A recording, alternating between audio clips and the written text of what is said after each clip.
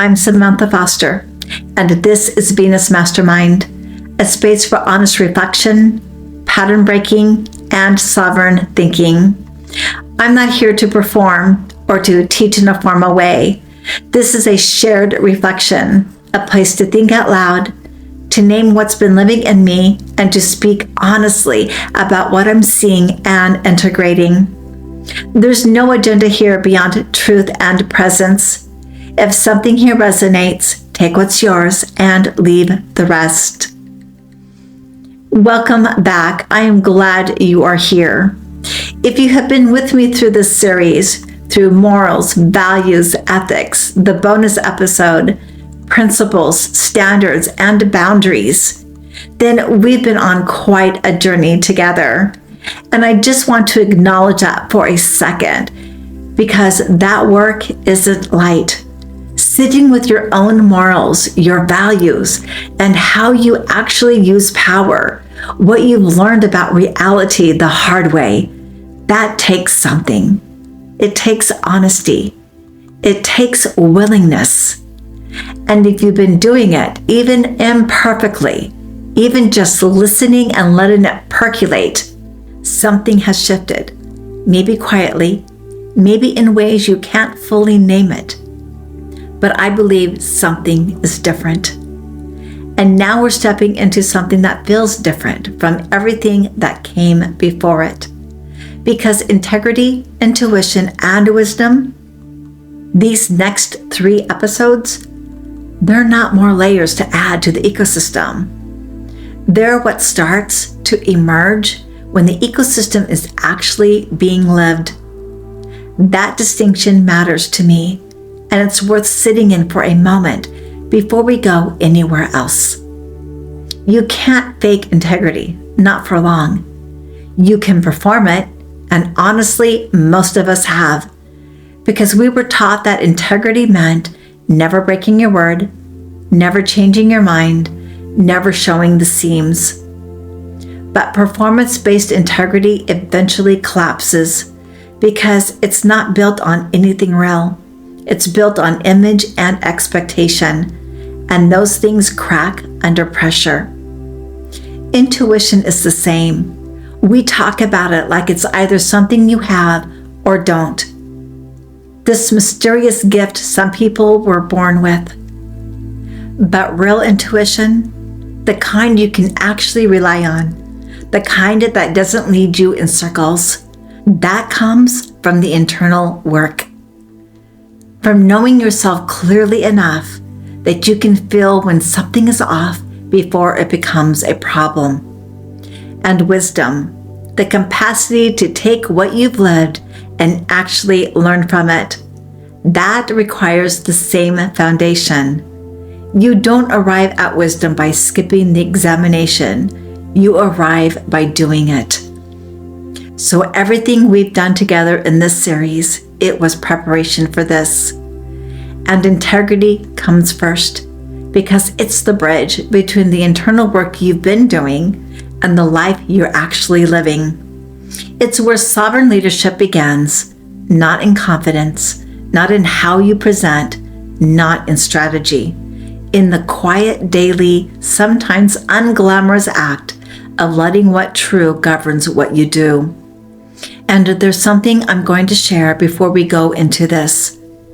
Because the way I came into this topic today is exactly the way I want to hold it, openly. I planned to record the other day. I've been looking forward to it all week, set up the space, had the momentum, was genuinely excited. And then the night before I was at physical therapy, there was a sudden, very loud sound and my whole nervous system fired. I went into full body tremors, swaying, jerking movements for a long time. They helped me manage them as best they could, but I woke up the day that I was going to record unwell. I was sore all over, exhausted in that particular way that only comes from when your system was completely overloaded. And I still really wanted to record. And that tension between what I wanted and what was actually true, That's exactly where integrity lives. So that's where we're starting today.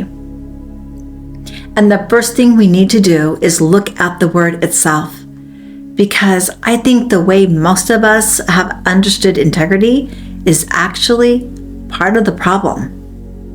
What integrity actually is? So let's start with the word itself, because I think most of us have been handed a definition of integrity that sounds right on the surface, but when you actually press on it, it starts to fall apart. The most common version sounds like this: she has integrity. She always does what she says she's going to do. And I get it. There's something in that. Following through matters. Being someone people can count on, it matters. I'm not dismissing that. But I've been sitting with this for a while now. And what I keep coming back to is that definition is measuring the wrong thing. It's measuring whether you delivered, not whether that delivery was truthful, not whether reality had changed between when you made the plan and when you were supposed to execute it. Just, did you do the thing? And under that framework, someone can be exhausted, sick, running on empty, completely out of capacity, and still be called high integrity for pushing through anyway. And I don't think that's integrity. I think that's compliance with expectation. There's a difference. What I've come to believe and what we're going to think through together today is this. Integrity is not, did you do what you said? Integrity is behavioral alignment with what is true now. That's a completely different standard, because it means integrity changes when reality changes. It's not loyalty to what you said yesterday. It's loyalty to what is true today. And sometimes those two things don't match. That's not a failure. That's just life being honest with you. But here's where people get confused, and I genuinely understand why. Because I was confused by this too. We've been taught that integrity means consistency, that a person of integrity is someone who stays the course no matter what.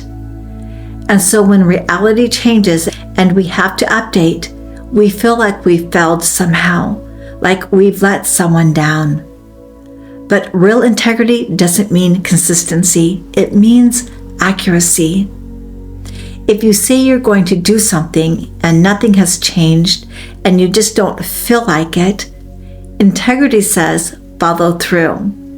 But if you say you're going to do something and reality changes, your capacity changes, your body changes, new information comes in.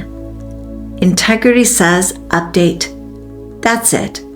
That's the whole distinction. And it sounds simple, but living it, especially when people are counting on you, especially when you've been measuring your worth by your follow through, living it is actually one of the harder things I know. And because I'm sitting in exactly that right now, I want to show you how it actually works. Not as a concept, but as a lived decision, tracing all the way through the ecosystem. How this becomes integrity for me. Last night at physical therapy, there was a sudden loud sound, and my entire nervous system fired. I went into full body tremors, swaying, jerky movements for a long time. They helped me manage them as best they could. And I woke up today unwell, sore everywhere, exhausted in that particular way that comes after your system completely overloads. And I planned to record today, and I've been looking forward to it. The space was set up, the momentum was there. So the question became, what does integrity actually require? And here's where it gets interesting, because the answer isn't emotional, it's structural. If integrity is behavioral alignment with what is true now, then the question becomes, aligned with what? Because truth can sound vague if we don't anchor it. So for me, integrity isn't random. It's not based on mood. It's not based on pressure. It's based on my internal ecosystem. I can trace it. It starts with my morals. One of my core morals is simple: do no harm. And for a long time, I applied that outward to other people, to how I show up in the world. But integrity forced me to take that same moral and turn it inward, because I'm also someone affected by my choices. So now, do no harm includes, am I harming my body? Am I overriding my system? Am I pushing past something that is clearly telling me to stop? Then it moves into ethics. If ethics is about responsibility for impact, then I have to include myself in that. What is the impact of my choices on me? If I push through exhaustion, if I ignore my body, if I collapse my own capacity to meet an expectation, that has an impact. So now integrity asks, am I being ethical in how I use my own energy and body? Then values. Values are what actually matters when something has to give, and something always has to give. So in a moment like today, the question becomes, what matters more? Maintaining the image of consistency or honoring what is actually true in my body? Then principles. Principles are what I've learned about how reality works. And one of the clearest ones for me is this: if I override my body long enough, it will override me. That's not a belief, that's a pattern I've lived. So integrity means I don't argue with that anymore. I respond to it. Then standards. What am I available for? Am I available to push through and produce no matter what? Or do I have a standard for how I show up? Clear, present, regulated, actually able to deliver something of quality. Because those are not the same thing. And then boundaries. Boundaries protect capacity. So when my body is not available, that's a boundary. Not something I negotiate with. Not something I push through. Something I respect. So when I say I'm not recording today, that's not me breaking integrity. That's me following it all the way down the system. Integrity isn't one decision. It's the entire system expressed through one decision. And even knowing all of that, even being able to trace it that clearly, it didn't feel clean. It didn't feel like a win. And I think that's worth sitting with. When integrity feels like loss. And I think that discomfort, that gap between doing the right thing and feeling good about it, is the part of integrity nobody really prepares you for. Living in integrity doesn't feel good right away. It exposes things. When I made the decision not to record today, it wasn't this clean, peaceful moment of alignment. There were real feelings moving through me: frustration, disappointment, that particular kind of urgency that lives in my chest when I feel like momentum is slipping away from me. And honestly, even a flicker of something that felt like failure. This voice that said, you were supposed to do this today. You said you would. What does it mean that you're not? And I think a lot of you know that voice. Those feelings were real. I'm not dismissing them, but they also weren't truth. They were conditioned associations, things my system learned to believe a long time ago and hasn't fully let go of yet. Productivity equals worth. Consistency equals safety. Momentum means something is working. And delay means something might be falling apart. So when I made the aligned choice, my nervous system flagged it as a threat, not because anything was actually wrong, but because something was different than what I planned. And if you ever made the right decision and still felt terrible about it, that's not a sign you made the wrong choice. That's just what integrity feels like when it's real and when it costs you something. It can feel like loss, like giving something up, like you're letting yourself down, even when you're actually honoring yourself. We might feel relief and grief at the same time. We might be completely clear about our decision and still have to sit with the residue of what we're releasing. That's not wrong. That's being human. When I actually stripped the noise away and looked at it clearly, is there a real difference between recording today and recording on Thursday? From a practical standpoint, no. The work happens either way. The episode exists either way. But from a performance conditioned standpoint, yes. Because Thursday requires me to release the timeline, to trust that nothing is collapsing, to let go of the version of myself that equates staying on schedule with being okay.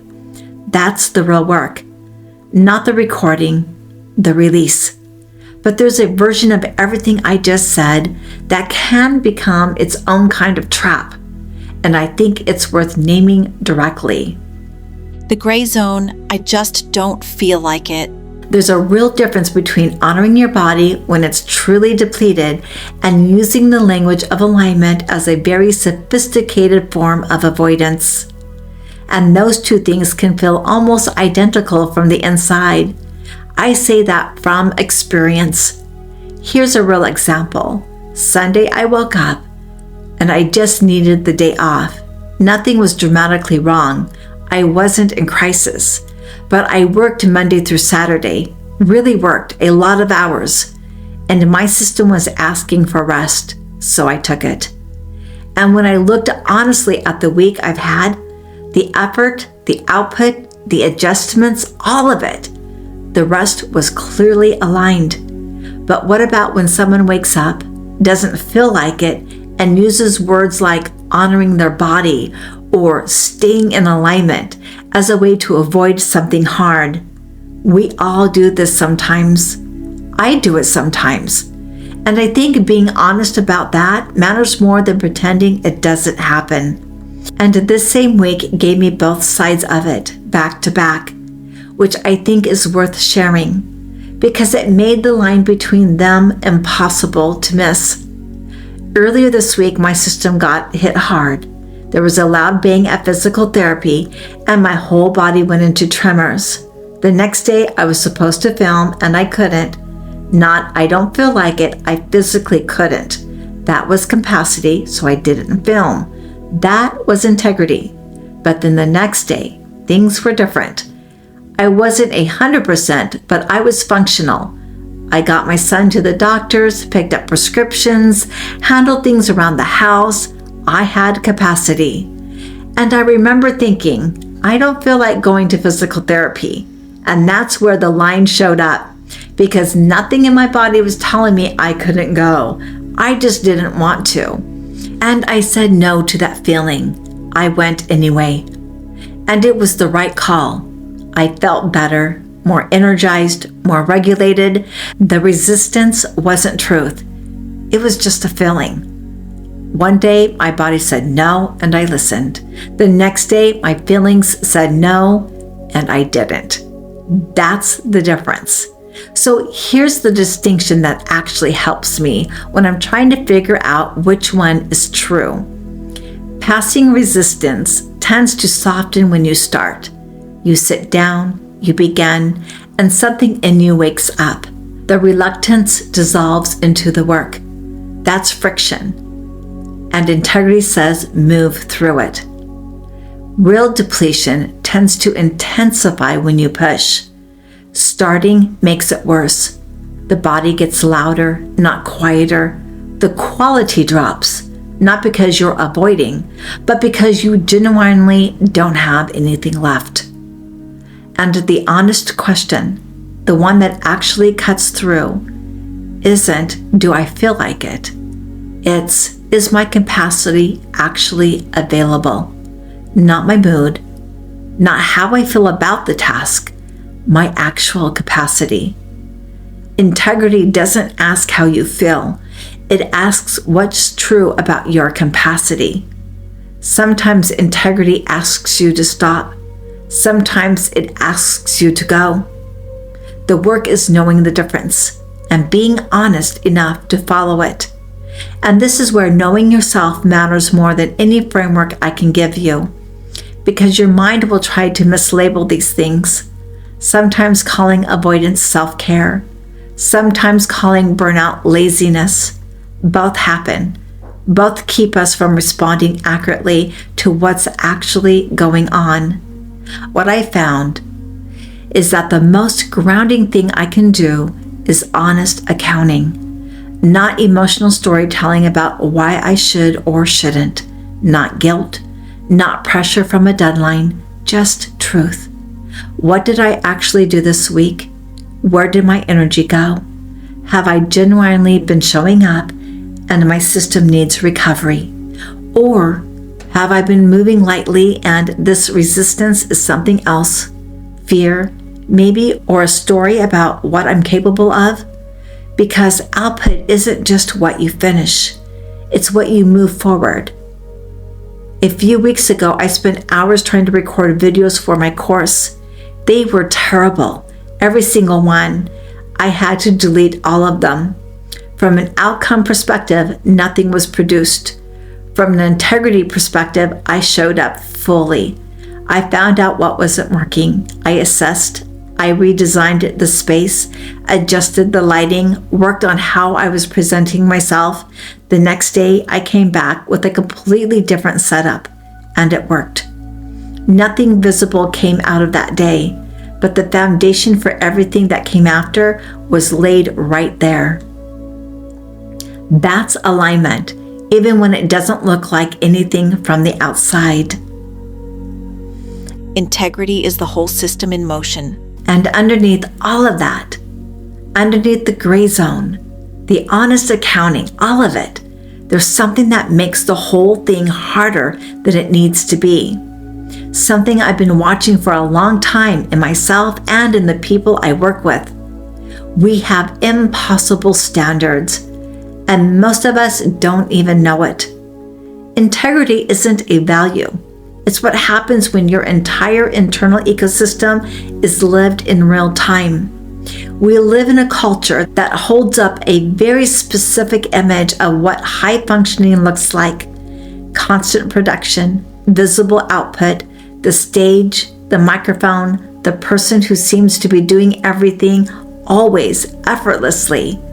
And this is where people lose themselves, because we're measuring our real lives against incomplete pictures. Think about someone like Tony Robbins. That level of output is real. I'm not dismissing it. But it's supported by a system most people don't see. Hundreds of people making that presence possible. A chef, a team, an infrastructure that handles the enormous machinery of a life operating at that scale. What you're seeing is a filtered outcome, not the full system that made it possible, not the cost, not the support, not the years. And when we unconsciously measure ourselves against that, without accounting for any of the invisible support, we end up with a standard that has nothing to do with our actual reality. And a distorted standard makes integrity impossible. You can't live in alignment with a life that isn't yours. You're not behind. You are measuring yourself against something incomplete. Your life right now matters. Where you are right now, that matters. You are not a future version waiting to become valid. You are whole in this moment with the life you actually have, the capacity you actually have, the plate you actually have in front of you. So integrity asks a different question. Not am I producing at maximum output, but what is actually on my plate? And am I making decisions that honestly reflect my real capacity within my full life? Are you cooking your own meals, cleaning your own home, managing your health, your children's well-being, your pets' care, paying bills, navigating all the invisible labor of a life that has real and continuous demands? That's not in the way of your life. That is your life.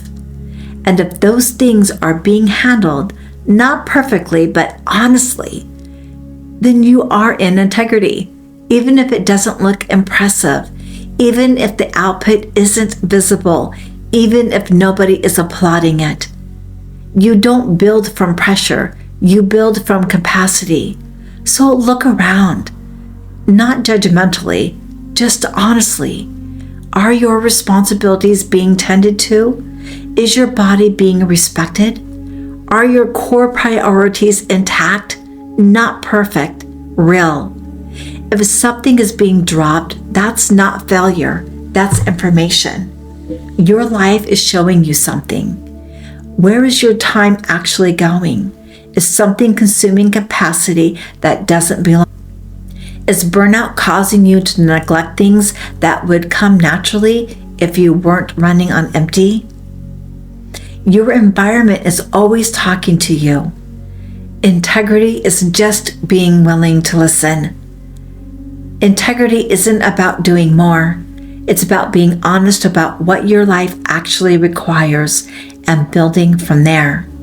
And that includes being honest about something most of us quietly leave out of the equation entirely. Integrity includes you. Integrity includes you. Your entire internal ecosystem includes you. You are not the exception to your own system. You are not the one person your morals don't apply to. You're not outside the reach of your own ethics, your own values, your own standards.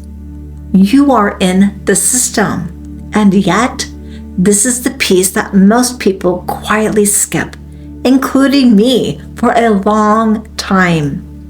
Most of what we're taught about integrity is pointed outward. Keeping your commitments to others, show up professionally, be reliable, be consistent, be someone people can count on. And yes, of course, that matters. But what about inward? One of my core morals is do no harm.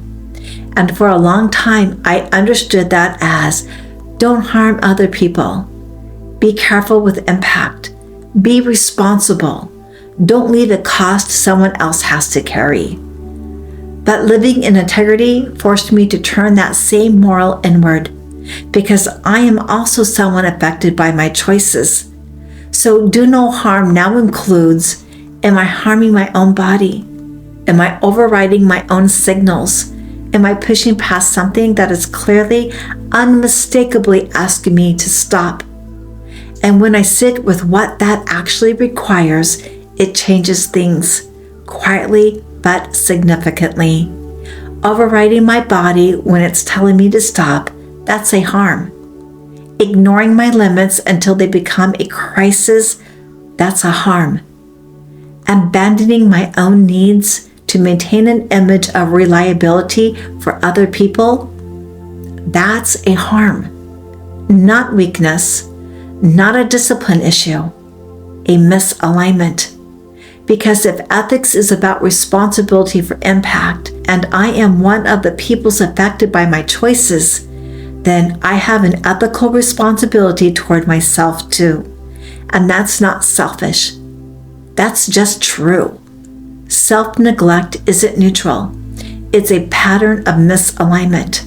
And when it becomes consistent, when we routinely override our body, our emotions, our real capacity, our inner knowing, it becomes a form of integrity failure. Not because we're bad people, because we've stopped including ourselves in our own system. So the question worth sitting with is simple. Are your values being applied inward or only outward? Are your standards protecting you or only managing what other people think of you? Because if your values don't govern how you treat yourself, they're not really values. They're a performance of values. Real integrity closes the loop. It includes you. And I want to sit with one more thing before we close. because not everyone listening to this is in a place where they have much room to move. When the constraint is real, some of you are in structures you can't just step out of. Marriage, family, corporate roles, financial pressure, responsibilities that don't pause just because your capacity is strained. And this isn't theoretical. This is your actual life. So this isn't about telling you to do less. And it's not about pretending you have options that you don't. Integrity doesn't disappear when your options are limited. It becomes quieter, more precise, more internal. Integrity in hard seasons is not about control. It's about not abandoning yourself inside what you have to carry. That might look like telling yourself the truth about what this is costing you. Not pretending this level of output is sustainable if it isn't. It might look like taking care of your body in small ways where you can, eating, resting when there's even a moment. It might look like not adding unnecessary pressure on top of what's already heavy, and not losing yourself completely inside the role you're playing. You can be doing what you have to do and still know it's not what you want long term.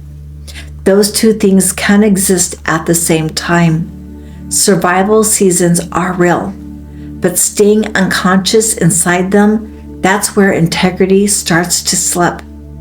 Not because you're failing, because you've stopped seeing yourself clearly inside the demand. Integrity here doesn't mean you fix everything today.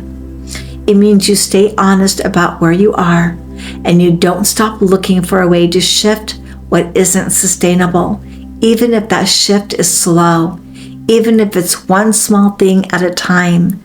You don't lose integrity because your life is demanding. You lose it when you disappear inside the demand. the proof of the whole system. And so this is where everything lands. Integrity is what we get when we actually live from the system we've built, not what we profess, not what we perform, what we actually live. Morals set the foundation, what we won't violate toward others and toward ourselves. Values clarify what actually matters when something has to give. Ethics govern how we hold responsibility when our choices touch someone else's life. Principles name the patterns, how reality actually operates, whether we like it or not. Standards determine what we stay available for. Boundaries protect the capacity that makes everything else possible. And integrity is the whole system lived in real time, not historical promises, not social expectations, not performance. Alignment now. And that means it gets to breathe. It changes when reality changes.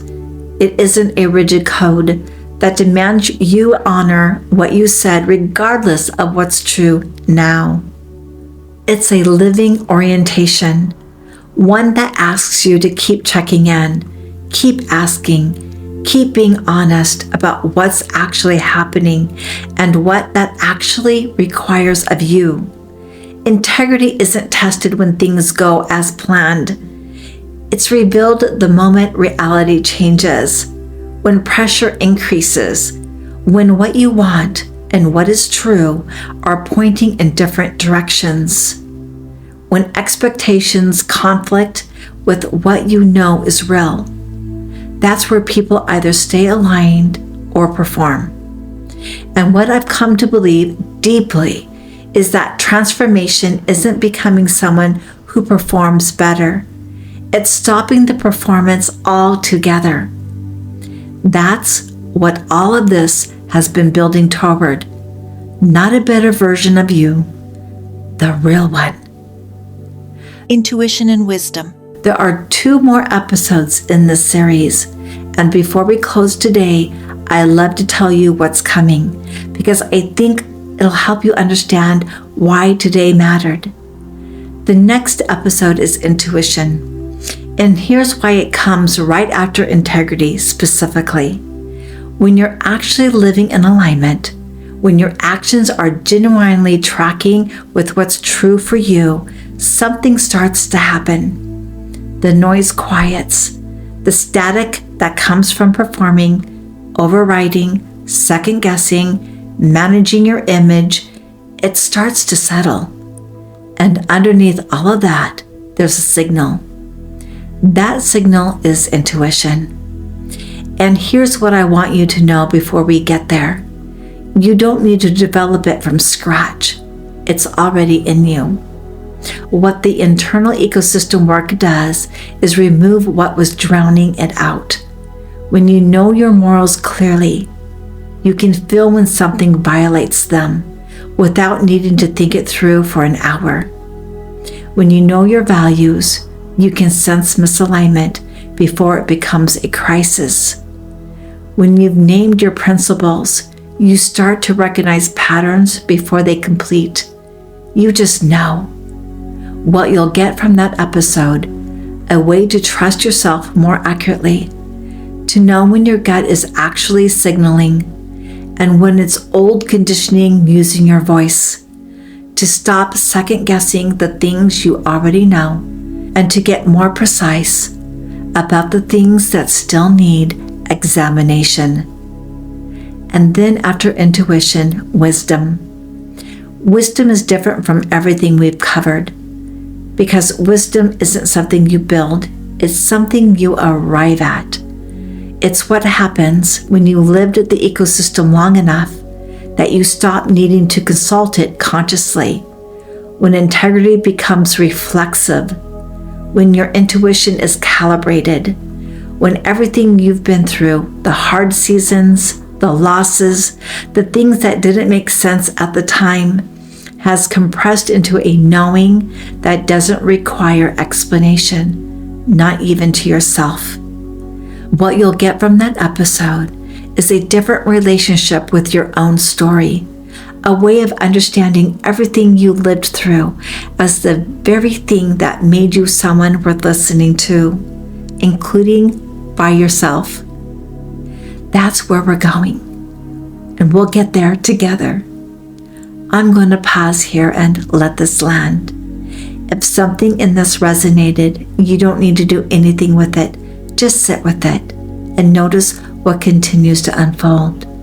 Thank you for listening and for being here with me.